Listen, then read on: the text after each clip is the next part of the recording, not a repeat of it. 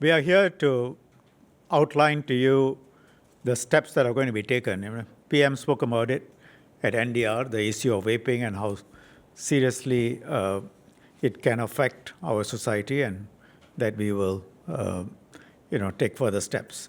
So we'll outline to you both the interim steps and then the plans for longer term.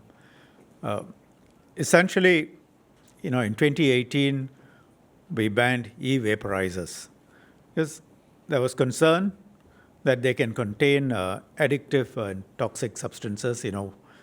One vape can contain the equivalent of 3 to 4 packets of cigarettes. And what we have been seeing recently shows that those concerns were and are valid. E-vaporizers now contain etomidate. Eventually, it can be even more dangerous substances, as PM pointed out. And it has got serious impact on the brain, causing confusion, consciousness, suicidal behavior, uncontrolled physical movements. And you have seen it, and PM also mentioned it at NDR. You have seen, read about the cases in the media, people collapsing on public transport, sons, children threatening their parents, wanting to do harm to themselves, parents besides themselves with, how to deal with this. Now, vapes and the use of vapes has been, and etomidate has been dealt with until now by MOH under the Poisons Act. We have now decided that we'll have to step up both the suite of penalties and the enforcement posture. So in the interim, what will be done is etomidate will be classified as a Class C drug under the Misuse of Drugs Act. So that's taking it very high up. That will be done from 1st of September and up to the 28th of February next year. That's a 6-month window to give ourselves levers to deal with this issue in the interim. Meanwhile, Ministry of Health is looking at either new legislation or amending existing legislation to give themselves the right set of powers, both in terms of enforcement and penalties, to deal with etomidate and any other harmful substances that could be used through vapes. And the penalties will probably include, they're thinking it through, but will probably include DRC, mandatory rehabilitation programs, of course, detention, and serious penalties for trafficking. For foreigners, those caught possessing etomidate e-vaporizers, or they test positive for etomidate, they will likely have their immigration facilities revoked and be deported, banned from re-entering Singapore. Some leniency will be exercised for young persons, foreigners, if they are on long-term passes for the first time. Second time, they will have to leave. So my fellow ministers, Ekang, Desmond, the others will speak up. From MHA's perspective, in this interim period, we will lean in. We have already dedicated very significant resources to support the Health Science Authority and its operations. Several hundred officers have been seconded or are helping in the process. CNB and SPF will work closely with HSA to help in the investigations and also to deter smuggling and syndicated activities. ICA has stepped up enforcement at the checkpoints against smuggling. And officers from other agencies, regardless of which agency, they find people using vapes, they will be empowered to take action, take enforcement. So that's the broad posture. Now, I'll invite Minister Ong now to speak with you all. Thank you. Thank you, Shan. Good morning, everyone. Let me first start by explaining the situation we are facing. With vapes, the landscape for consumption of harmful substance has changed in a very different way now. it used to be the case that unhealthy habits like cigarette smoking and substance abuse, they are two separate behaviors, by two separate set of people. Now, vapes have become a delivery device, and then the two behaviors become mixed up. And vapes become a gateway for very serious substance abuse. So we're facing a very different situation now. So there are many people, especially the young, they pick up vaping thinking that it's all right, it's not as harmful as cigarettes. And then our curiosity, our coercion, or out of just ignorance, they wandered into substance abuse, which is what we are seeing now for etomidate. Yeah. That's the situation we are facing, something new. No? This change in landscape means, therefore, we have to adapt our current approach to substance abuse. It will have to become a whole of government effort. It's no longer just MHA. And actually, it has never been just about MHA, but now it's even more so. So, MOH, we enforce the bans on vapes and control its illegal use, as well as when it start to be used for abuses, harmful substance like etomidate. Then MHA leans in, support enforcement against the abuse of the more harmful substance like etomidate through vapes with strict penalties. And other agencies come in to support enforcement in their respective settings, whether it's military camps, whether schools, institutes of higher learning, and other public spaces. So we announced on 20th July this year that we will list etomidate as a Class C drug in the Misuse of Drugs Act. So actually, at that point in time, the decision was already made. And this will now come into effect 1st September 2025. You may ask, why is there this period of about 1.5 months? This period serves three purposes. First, it gives abusers an opportunity to give up their vapes, which we try to promote. We put bins all around the island. We don't expect to collect many, but it's a signal to them, give up now. Yeah.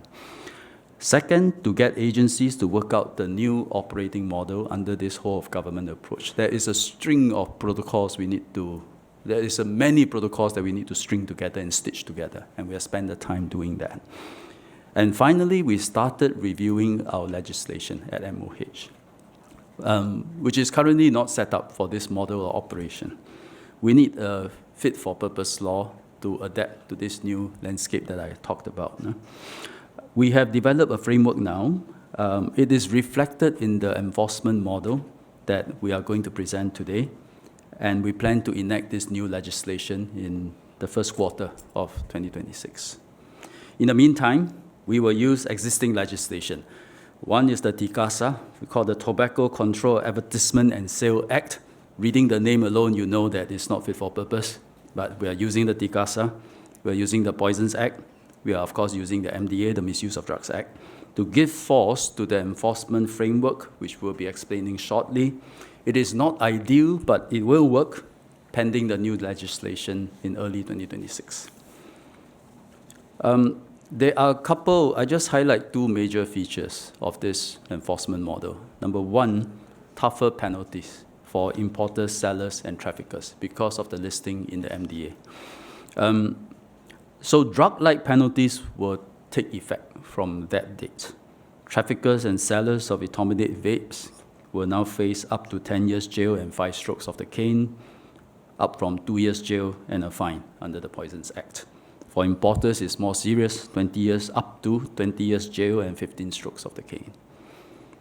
Number two major feature of this model is the rapid escalation of penalties for abusers of etomidate. Rapid escalation. I will explain why. Like other drug abusers, abusers of etomidate can also be subject to mandatory supervision, detention, and jail under the MDA once we list it. That said, we need to consider the change in landscape I explained earlier and the large number of young people involved. In July, when we first announced the listing of etomidate in MDA, HSA just tested random samples of pods, about 100 of them, that we have seized from abusers. So we seized from members of public and abusers, randomly pick them up and test them for etomidate, and then discovered 1/3 of them are etomidate laced, and we announced that. After our announcement on 20th July and the awareness built up and subsequent publicity was very useful, we did the same exercise again only last week, also extracted about 100 of them to test them randomly. The percentage is now 12%, fallen from 1/3. So this gives us reason to believe that the more stringent posture, that itself has caused a fall in the prevalence of etomidate. As more people are aware of its harm and the more severe consequences that's coming that way. And I think this has a lot to do with the younger profile of the etomidate abusers. So amongst vapers today, 1/3 are under 18 and more than half are under 30. For etomidate abusers, the profile is even more stark. About 80% are under 30. 80% under 30. So etomidate abusers, being largely young and probably ignorant, we think are different from hardcore drug abusers, and they may be more open to giving up. That's the MOH sense. So when an abuser is first caught, other than a fine, MOH will come in to require them to attend a rehabilitation program. This is in lieu of tougher penalties under the law. So in lieu of prosecution, they are required to attend a rehab program. This is to give the abuser a chance to turn over a new leaf and put etomidate behind him or her for good. The abuser can still have a good, meaningful life ahead of him or her. But if they decide to default or reoffend, penalties will escalate very rapidly. Let me now explain how this works. So first-time offender for abuse of etomidate, they'll be required to attend a 3-month rehab program, either at IMH and selected social services agencies like the Singapore Anti-Narcotics Association or WeCare. Offenders are required to report weekly under the program. During the program, they will undergo individual counseling, group support, and necessary medical tests. For severe cases, the program may be extended from 3 months to 6 months. But if they refuse to attend or default on the attendance, they may be charged under Poisons Act and face imprisonment up to 2 years. And if they reoffend, they will be arrested under the MDA, where they can undergo a long supervision regime, or end up in the Drug Rehabilitation Center under Singapore Prison Service. The rehab requirement I just described represents a second chance that the government is giving the offenders. They can also give themselves a second chance through a program we call Quit Vape. This is run by community partners, WeCare, Sana, Tai Hua Kwan Moral Charities, and Fei Yue Community Services. So come forward if you are a vapor, or worse, etomidate vapor. Come forward, contact them, tell them you want to quit vaping or etomidate vaping, and they will help you deal with your addiction. They are not required to report the cases to MOH or CNB. There will not be an offense record. So that is a chance you can give yourself. We will also use this framework to enhance our enforcement against general vaping, not etomidate vaping, just general vaping. It is very bad for health. The nicotine content of vaping pods is very high, which is why Singapore bans it. Our tests show that 1 pod contains as much nicotine as 4 packs of cigarettes. Yeah. And a young person can just smoke on it the whole day. Unlike cigarette, there's no end. You just keep smoking until the pod ends. By then, you've taken in 4 cigarette packs worth of nicotine. We will raise the fines for vape consumption from $300 and $500 for the young and adults, respectively, to $500 and $700. For recalcitrant vapers, if caught, we will also impose a rehab requirement on them. This will be run by the Health Promotion Board. It involves weekly reporting for 1 month, and based on our experience, this will help the majority kick the habit. And for the subsequent 2 months, it will be monthly reporting just to make sure that the habit does not return. If they default, they will be charged and subject to a fine of $2,000 under TICASA. Let me end by thanking everyone for this concerted effort against vapes. The public has been very, very supportive, taking a clear stand against something that is harmful and wrong. The media, and I would especially recognize the Straits Times, has mounted a very effective campaign that raised the awareness of the harm of vapes, especially etomidate vapes. Many social media influencers have created very useful content. I treat this as a very serious matter. When I look at their content, sometimes I also laugh. They speak in the language of the young to warn them against the harms of vapes and etomidate vapes. Many ministries and agencies come together in a very short time to collectively work on this. So I thank all the agencies and their officers for doing this. And I want to especially thank our MOH colleagues for stepping up, particularly HSA, and Raymond Chua is here, the CEO. HSA got a little bit famous during COVID because they were the ones testing all the vaccines and therapeutics, and now they are again thrust into the limelight. Actually, their main role in peacetime is to approve drugs and medical devices, do lab tests, encourage blood donation that come under HSA. The Poisons Act is administered by them. It was enacted mainly to regulate the industry in the handling of controlled substance, to make sure companies have licenses, adhere to the terms and conditions. It is not to police substance abuse. But now their expertise in lab testing and analysis are used for etomidate detection and enforcement. And they are deeply involved in street enforcement, including heroic acts like jumping onto cars. I want to especially thank our HSA enforcement officers for their bravery, for their dedication, but please be careful. Please be careful. Many agencies are also supporting your work. Like COVID, MOH, we found ourselves thrust into unfamiliar territory, but through these episodes, we build different capabilities to better serve the public and the health of the public. Our public officers do this because of their sense of public service, and I thank each and every one of them sincerely. Let me invite Minister Desmond Lee to say a few words. Thank you, Ikang. You heard Minister Ong say earlier that the majority of vaping abusers and etomidate abusers are young people. And that is why the Ministry of Education will lean in for this whole of government, whole of society effort. You would also have seen these TikTok as well as social media reels showing young people unsteady gait, falling in MRT stations and in other public areas, arousing public concern and interest in this issue. In early August, I had one such encounter.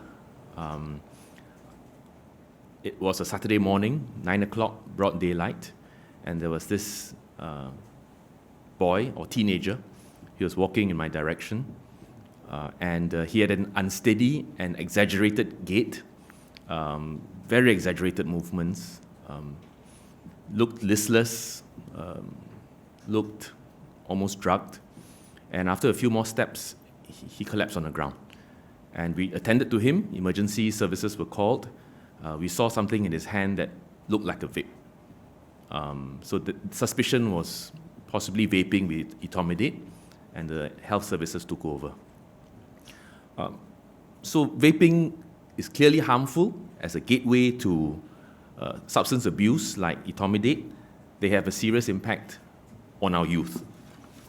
The Ministry of Education takes a firm stand against vaping by students in our schools as well as our institutes of higher learning. We will support the whole of government effort against vaping in two main ways. First, by enhancing education in our schools as well as outreach to parents. And second, by strengthening our enforcement in our schools and our institutes of higher learning. On education and outreach, our students learn through curriculum, through assembly talks, that vapes and K-pods are harmful and illegal.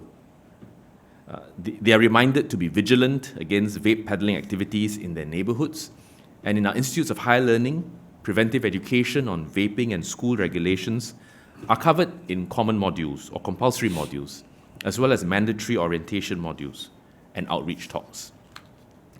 Our institutes of higher learning also work with parents and peer leaders by sharing anti-vaping resources and information on behaviors to watch for, to provide more support to students and encourage peer-led responsible behavior.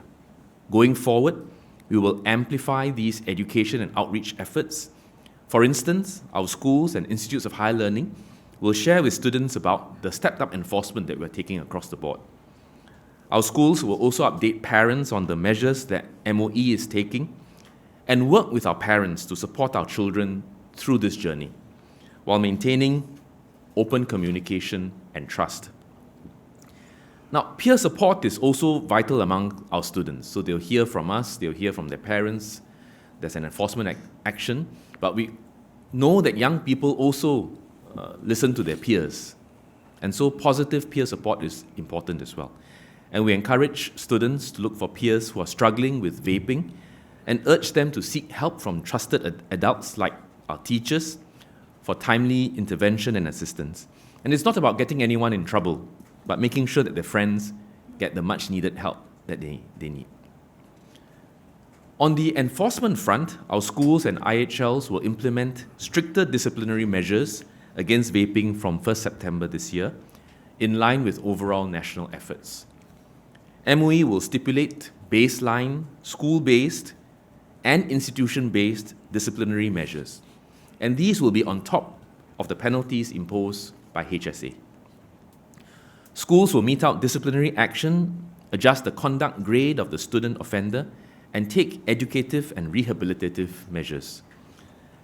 Institutes of higher learning have disciplinary measures, which include, amongst others, withdrawal of privileges and scholarships, as well as suspension or dismissal for repeat offenders consuming etomidate. To strengthen enforcement capabilities, MOE is working with HSA to empower and train designated staff members in schools and institutes of higher learning under the Tobacco Control of Advertisements and Sale Act, or TICASA for short, so that they can help carry out appropriate enforcement measures effectively and in a timely manner. Now, our schools and IHLs alone cannot win this war against vaping. We will do what we can, but ultimately we need a whole of society effort. Parents play a very important role in preventing their children from vaping and consuming drugs. They can have very open conversations with their children, look out for behavior that is troubling, and be able to get help for their children. MOE will continue raising awareness and support parents through engagements. Our community can also play a part by being vigilant about peddlers in the neighborhood who may be targeting our children and our students and report them to the authorities. Allow me to say a few words in Mandarin. 教育部绝不容许任何学生使用或持有电子烟。为了进一步保护我们的学生，从9月1日起，违规者不但会面对卫生科学局的处罚，学校和高等学府也会落实更严厉的纪律处分。家长的支持和配合至关重要。我要鼓励家长与孩子有更好的沟通与交流，讨论如何拒绝或戒掉电子烟，以及如何寻求帮助。教育部将继续与其他政府机构合作，加强对抗电子烟的措施，也会与家长密切合作，防止电子烟危害我们孩子的未来。谢谢 ，Thank you. Hand over to MS Dinesh. Thank you, Minister. Together with the rest of government agencies, MOM takes a firm stance against vaping. To support the whole of government efforts and to combat vaping in Singapore, the Ministry of Manpower will step up measures in the following areas.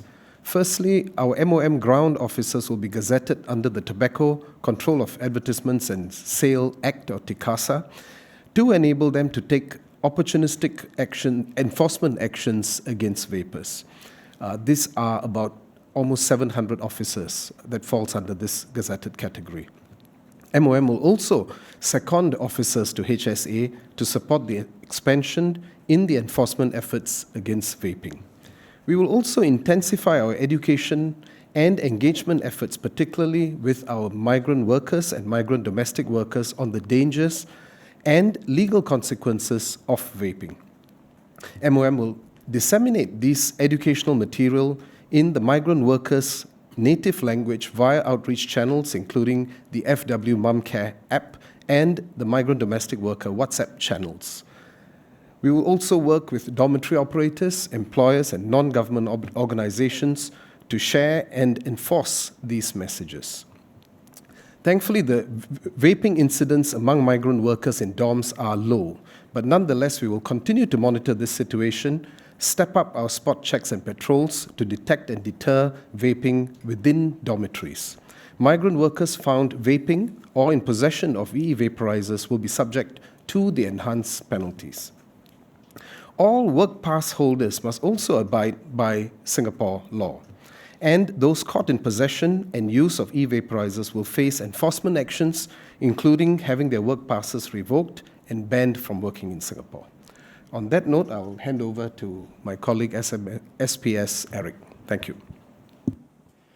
Good morning, everyone. For MSF, a key focus is actually our youth.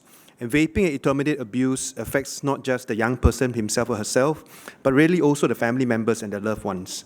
So we want to provide support to both youth abusers as well as their loved ones. But to do that, first we need to understand why youth vape or abuse substances. Youth often vape or abuse substances because of deeper underlying issues. For instance, negative peer influence, mental health issues. And we need to address these issues and lend them the appropriate support.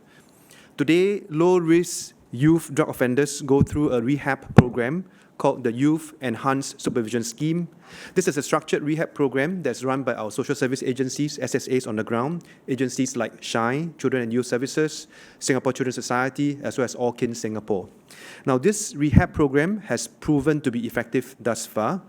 Completion rate is at 94%, and 2-year recidivism rate is at a low of 9.2%. As part of the program, caseworkers have primarily 3 objectives. First is to help youths understand and appreciate the impact of substance abuse on both their own health and well-being, as well as the impact on the loved ones.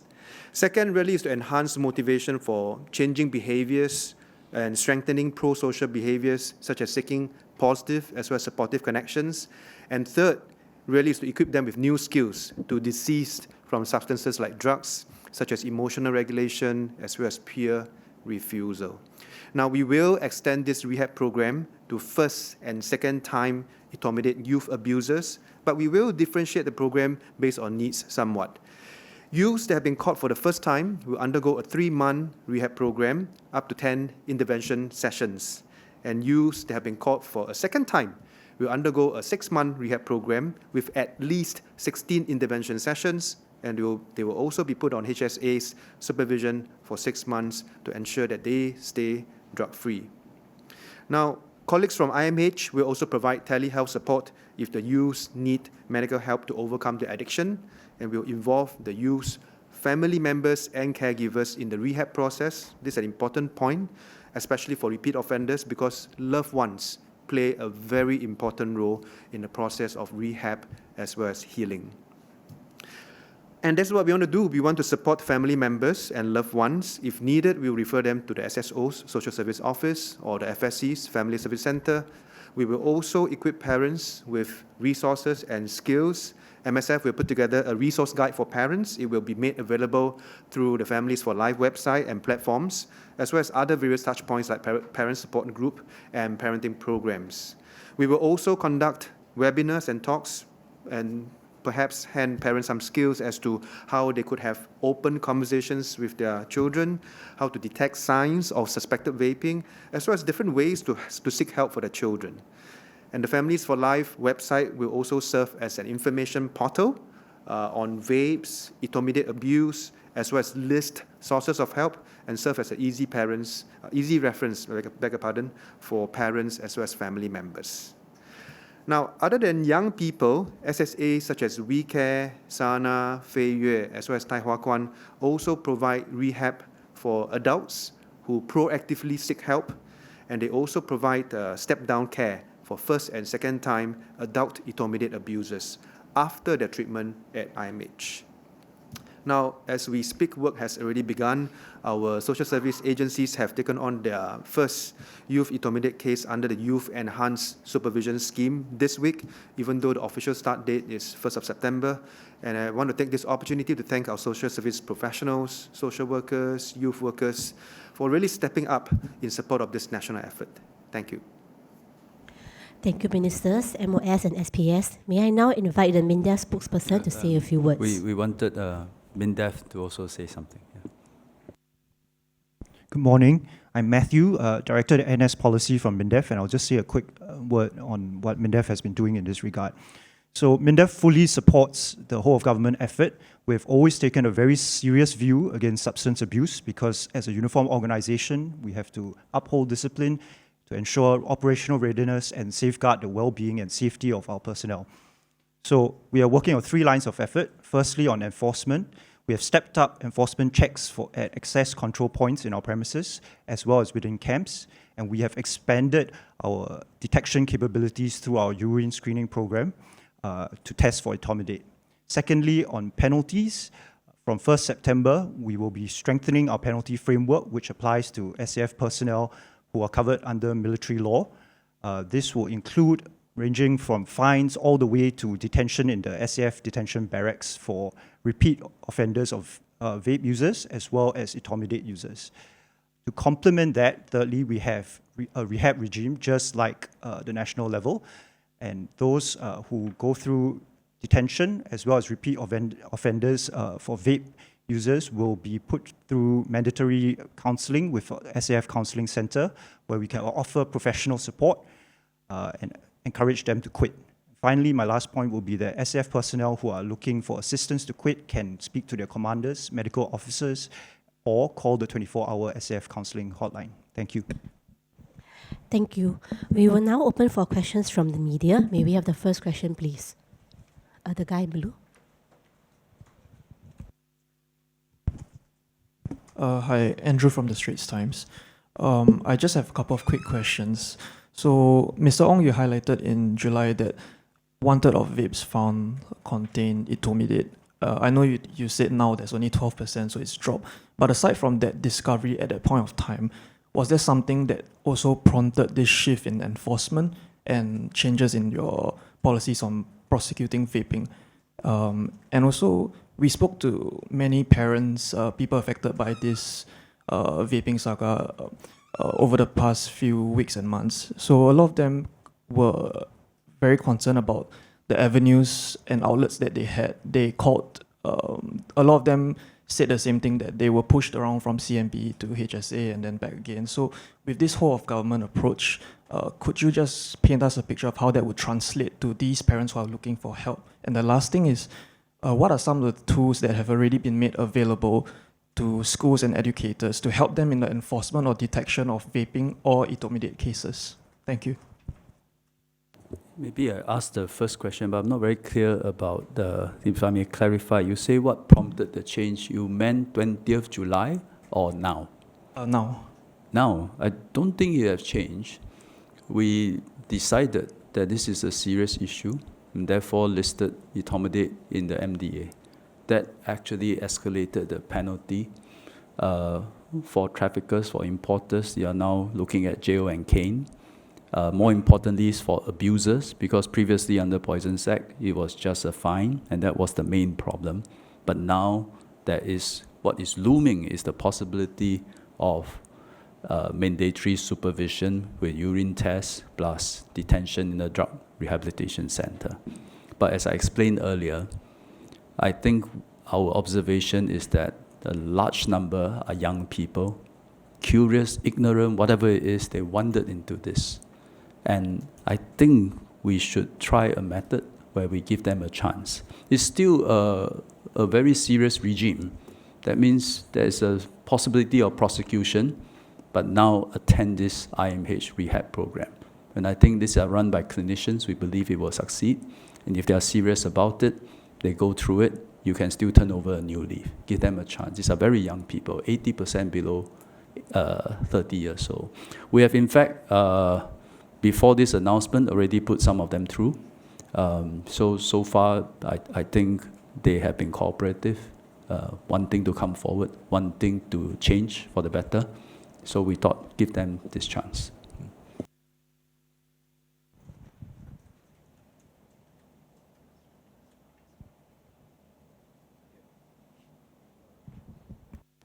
If I can make a stab at, basically you're asking, why are we doing all of these things right now?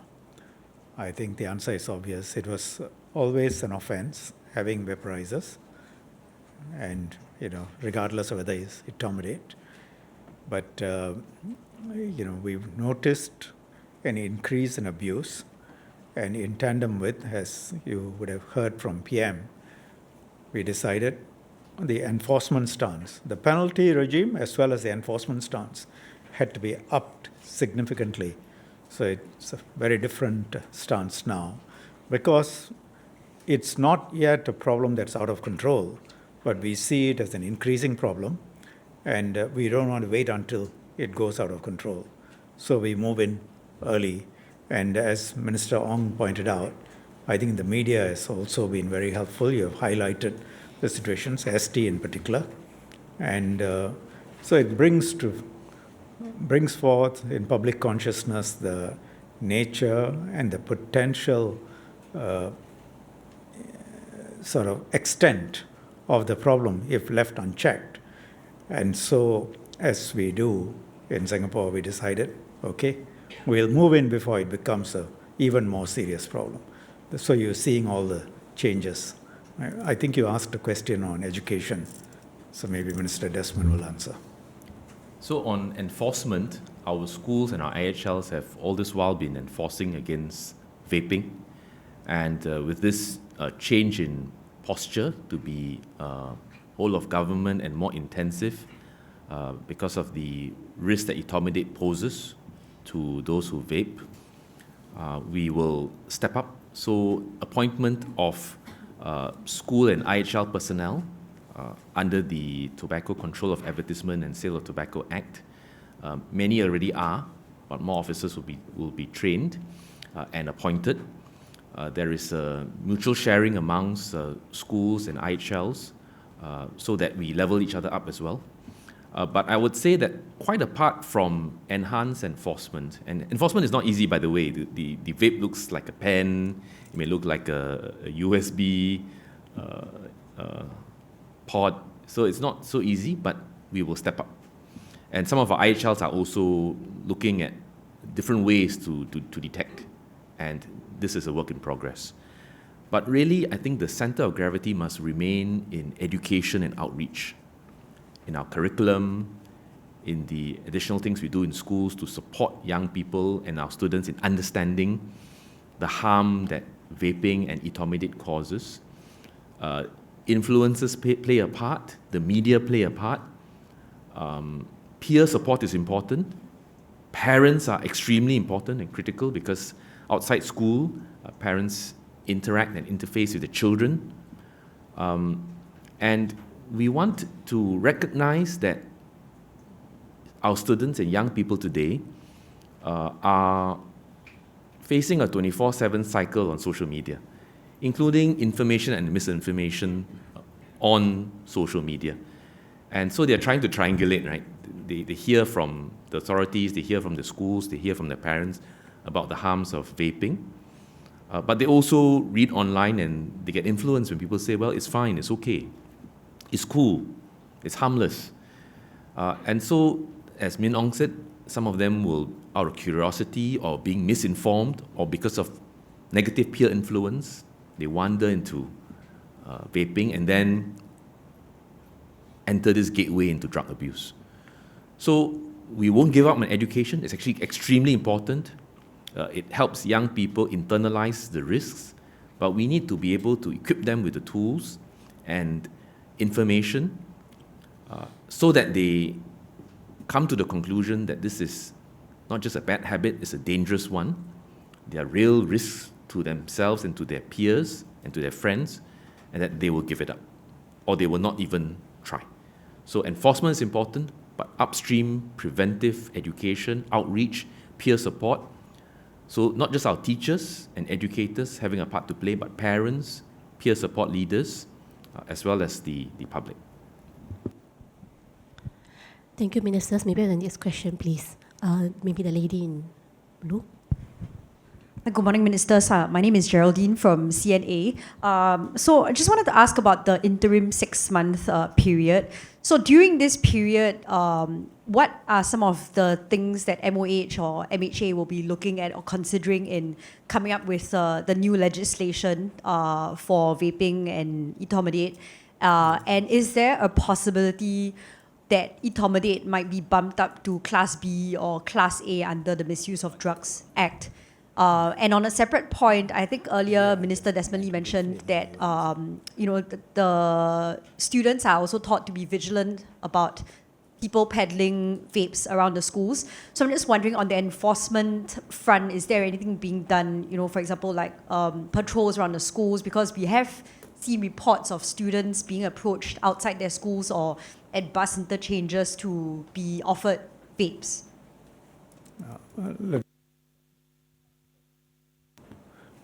Let me answer very briefly the framework, and then Min Ong will answer, and if necessary, Min Desmond will add in. Today, vaporizers, etomidate, are dealt with under the Poisons Act. As Min Ong has explained, and as MHA has also explained, that doesn't give enough powers. It's at most a fine. And as I said in answer to the question by ST earlier, we have decided to up both the penalties and the enforcement posture. Penalties means increased penalties, DRCs, detentions, very different from fines. Rehabilitation, mandatory rehabilitation. The enforcement posture means I'm going out now to look for you. All officers, many officers, all is an overstatement, will be empowered.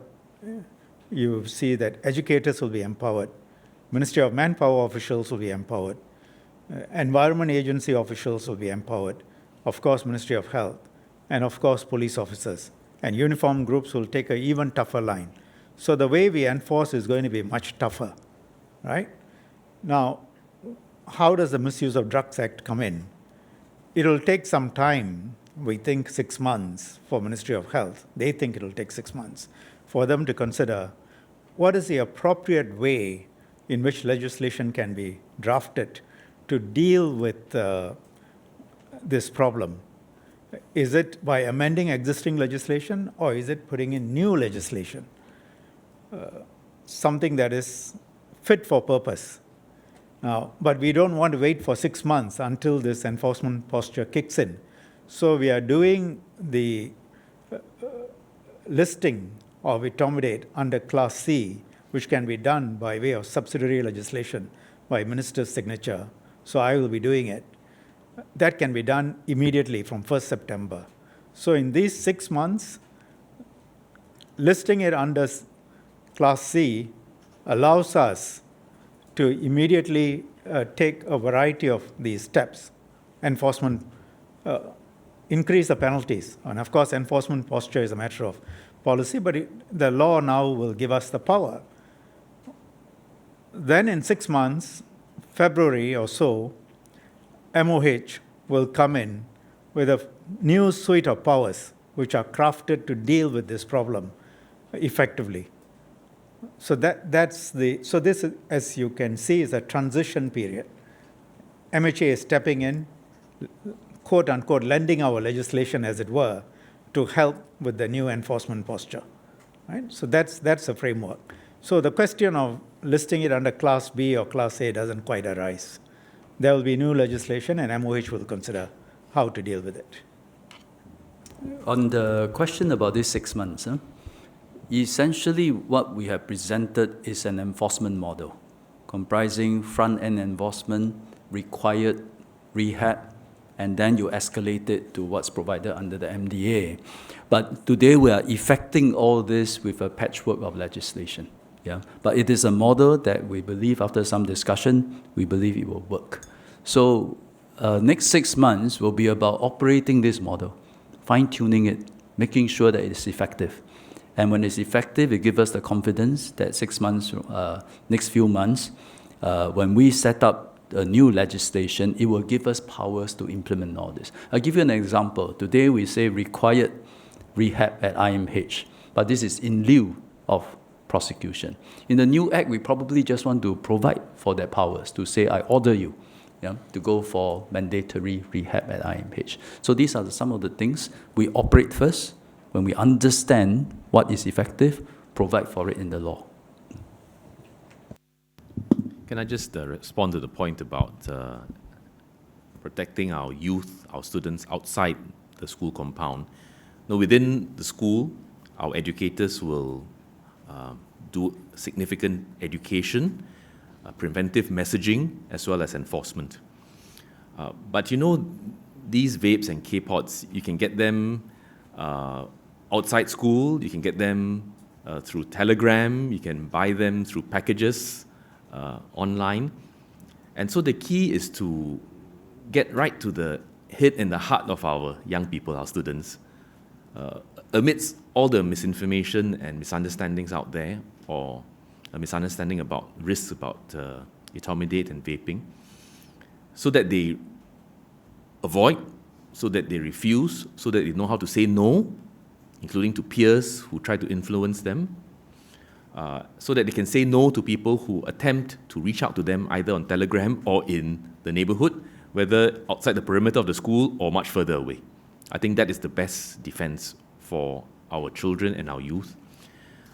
With the support of educators, parents, and peer support leaders, we want to enable that to happen. But all in, the enforcement posture, as you have seen, is stepped up against not just people who abuse, but also people who are involved in importing and trafficking. So the schools, MOE, and our IHLs will work very closely with CMB and HSA to make sure that our young people are protected. And we also call on members of the public, parents, and adults in the neighborhoods to keep a close lookout and call the authorities if you see anything suspicious.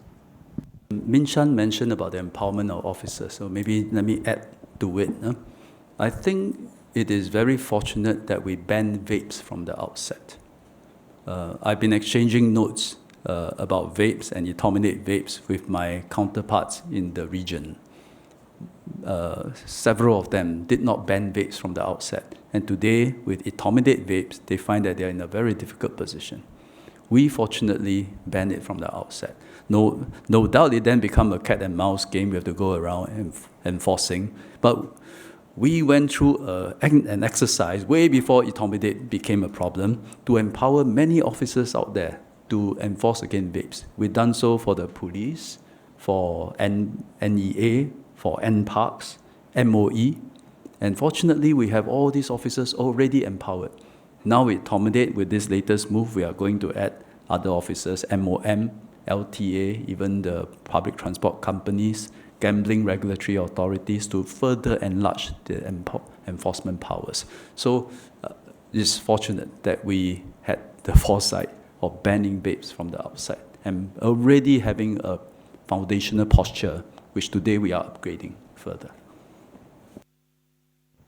Thank you. Maybe we have the lady in the black and white over here, then as well as the gentleman over there with the spectacles. Maybe the lady first. This will be the last two questions. Thank you. Hi, morning ministers. Pauline from Channel 8 News here.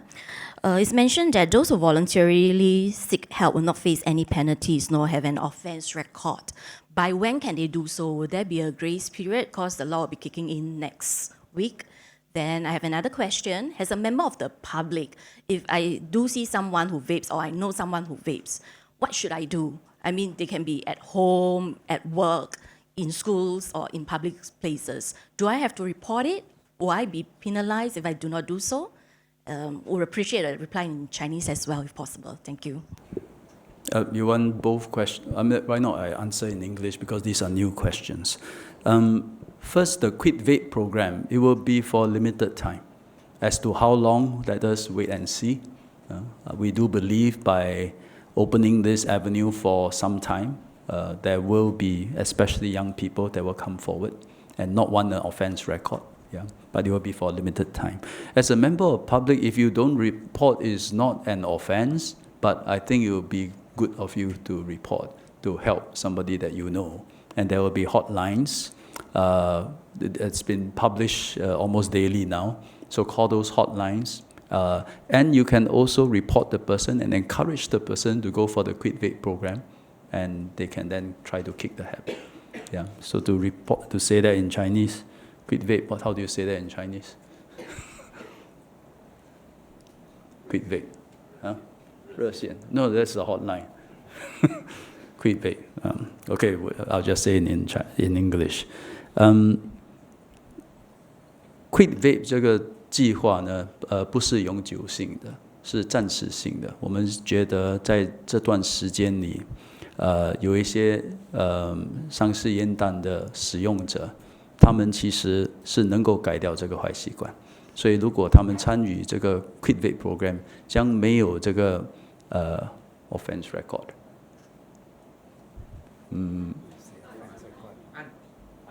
将没有案底。如果他们参加这个 Quit Vape program， 将没有案底。所以尽量鼓励上市烟弹的使用者，给自己一个机会，参加这个 Quit Vape program。至于你第二个问题，就是说，如果你认识的一些朋友或者亲人，有用上市烟弹的话，如果你没有举报的话，这不是错误，也不是It's not an offense， 不是没有犯错，在法律上没有犯错，但是应该尽量的帮助他们。如果他们是朋友，如果他们是亲戚的话，尤其也可以说服他们参加这个 Quit Vape program。Thank you. The gentleman. Good morning, ministers. My name is Muhaimin from Berita Harian. I just want to look at looking at the new enhanced penalties from 1 September at two fronts, the abusers and the peddlers. So for the abusers, it's seemingly focused on rehab and, giving them chance to turn over a new leaf and kick the habit. Whereas for the peddlers, it's more of a deterrence because there's caning as well as there's an increase in the imprisonment term. Would you say this is deliberate, and is it a fair assessment if I were to say it that way, if I were to put it that way? It seems accurate in what we just announced. Yeah, I must say that the posture now is a tough one. Yeah, but as I also explained, landscape has changed. Very large number of young people involved, schooling children, future ahead of them, which could be destroyed. So let's protect them from their lives from being destroyed by vapes or etomidate vapes. At the same time, don't inadvertently also destroy a large number of lives because of very tough penalties. Give them that chance. But if they don't seize that chance, tough penalties will still come in.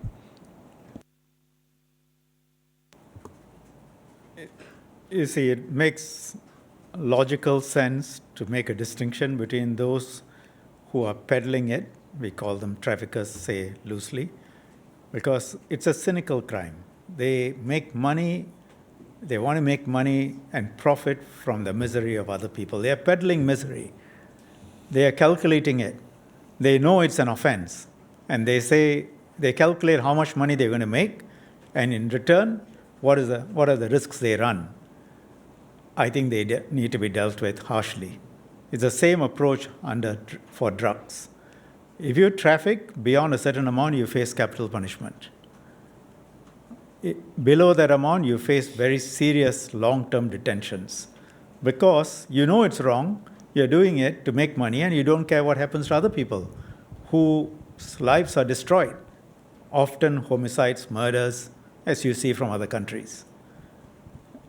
If you are an abuser, we tend to approach you, whether drugs and now here vapes, as someone who needs treatment. So we try and, first of all, of course, education. Second, rehabilitation. It costs the state a lot of money, the taxpayer a lot of money. But we think your life and your future, we ought to try and help you. So under drugs, however many times you are caught, if you are a drug abuser, we send you to DRC, and if you haven't committed any other offense, we try and treat you as someone who needs help. So it's a posture that has been in place for a number of years, and there's a clear philosophical difference between the two. Victim and criminal. Thank you, Ministers. Victim, when Ong says victim and criminal. Yeah. Thank you, Ministers, MOS and SPS for your time. Thank you, everyone, for joining us today. I think those who put up there, 3 + 1, 4, we'll just take these 4 questions. 5, okay. But please keep your questions short. 1, 2, 3 there, and the young lady there, I think ST approached separately. You've asked several times, and this young man. Yeah, in sequence, whoever wants to go first, yeah. Yeah, this is Justin from CNA. I have 2 questions. So one is that I understand that those who seek help voluntarily for their vape abuse will not face any penalties, nor have an offense record. But how about parents who turn their children in? Will their children face any penalties? And secondly, more broadly speaking, what lessons can be drawn from the current challenging situation with vapes that now demands a whole of government response? For example, should more action have been taken earlier, and if so, by which bodies?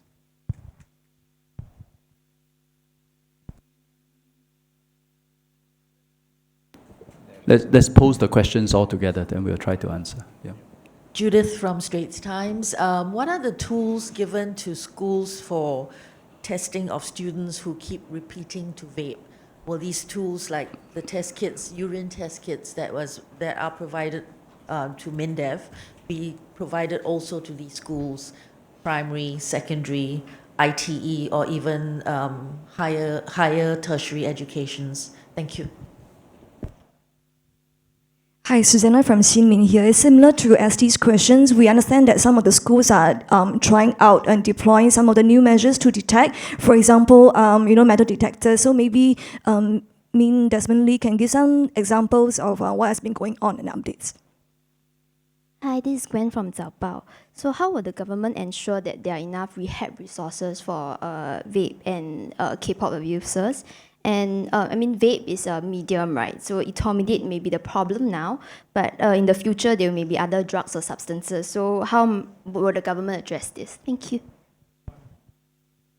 Hi, I'm Constance from Mothership. I just have 2 quick questions. The first one is, you said that foreigners are also going to be facing harsh penalties if they vape in Singapore. But what about transit commuters at the airport? And will passengers in transit at Changi Airport be able to declare themselves beforehand or dispose of their vapes? And the second question is directed to MOS Dinesh. I just want to ask about the extra manpower that you mentioned in enforcement measures. What happens to this extra manpower after the 6 months are up, and will they continue with their role? Thank you.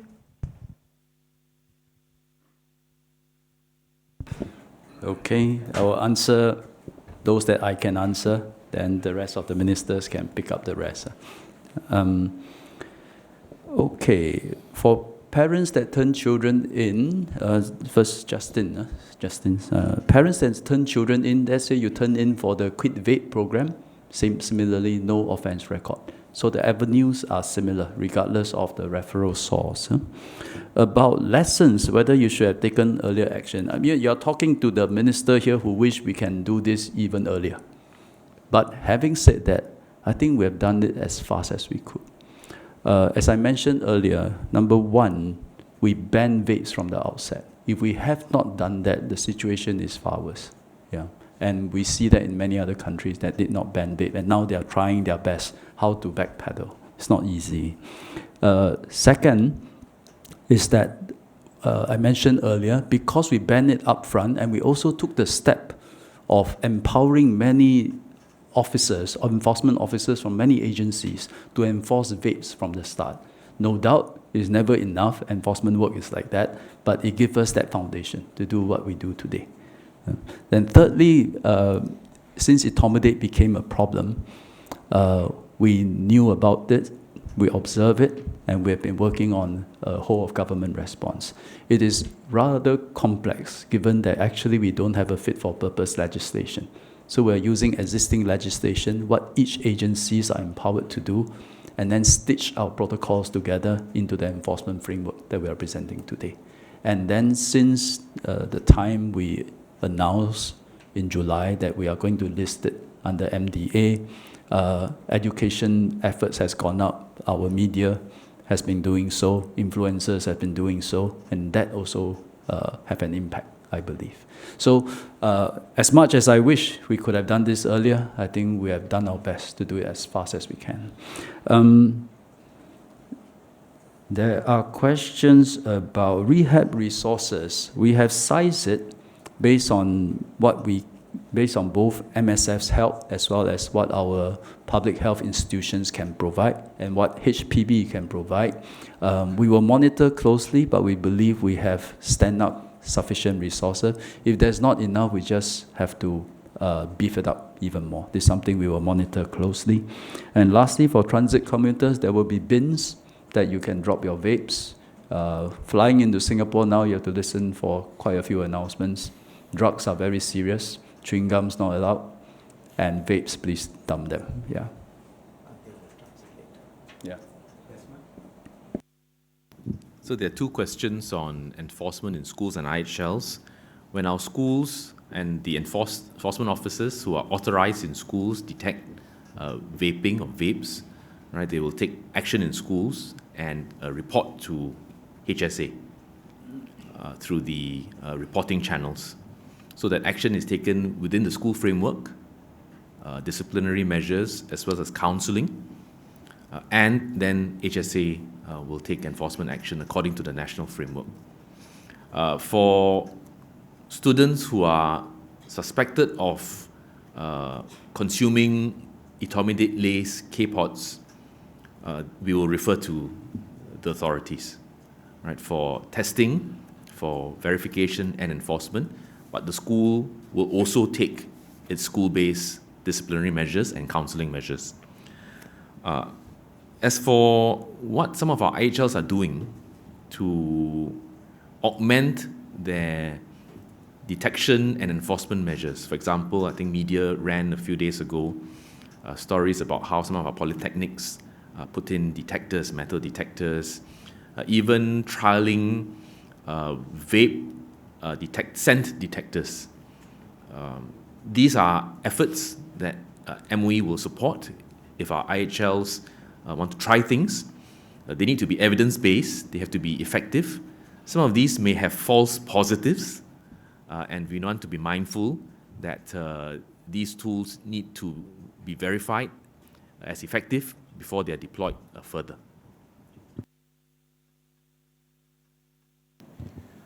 Thanks, Constance. Maybe I can just take the question in two parts. Firstly, the large majority of MOM officers involved are existing ground enforcement officers. They could be in charge of safety, they could be working with the dorms, they could be in charge of compliance. These are the folks who will be empowered to opportunistically engage and do the necessary, especially if they observe that there are people who are vaping, either in the community or within their work sites. Second, a small number have been seconded to HSA for the purpose of a more targeted and dedicated effort that HSA then conducts. And once that effort ends, they come back to MOM. So that's the 2 points that I thought useful to mention. Thank you. I think maybe 2 points remain to be answered. One is Chapao's question, or Chapao, I think, on etomidate today. What about other substances in the future? Well, this is something that MOH will have to consider, but if you look at the MDA, for example, the structure is the main legislation has various penalties, and then you have the power to add on new drugs, new chemicals, which would then attract those penalties. So obviously it's not going to stop at etomidate, it's going to carry on. And there will have to be power to proscribe these new substances as they evolve, and the enforcement will then have to deal with those new substances too. This is something that's got to be looked at in the new legislation. If you look at the MDA, that's broadly the framework. Transit, I think the approach would have to be that, there will be announcements, they can dispose of their items in very prominent red bins, declare and dispose, and nothing more. But despite that, if they get caught, then we'll have to assess if it's for purposes of trafficking, one set of penalties, perhaps. This has got to be worked out clearly, particularly if it is targeted at Singapore. But if you are an abuser and you're transiting through Singapore and we notice, the question we'll have to assess is how much resources do we want to expand by arresting you, bringing you into Singapore, and then giving you rehabilitation and so on. We'll have to take a sensible approach on these things.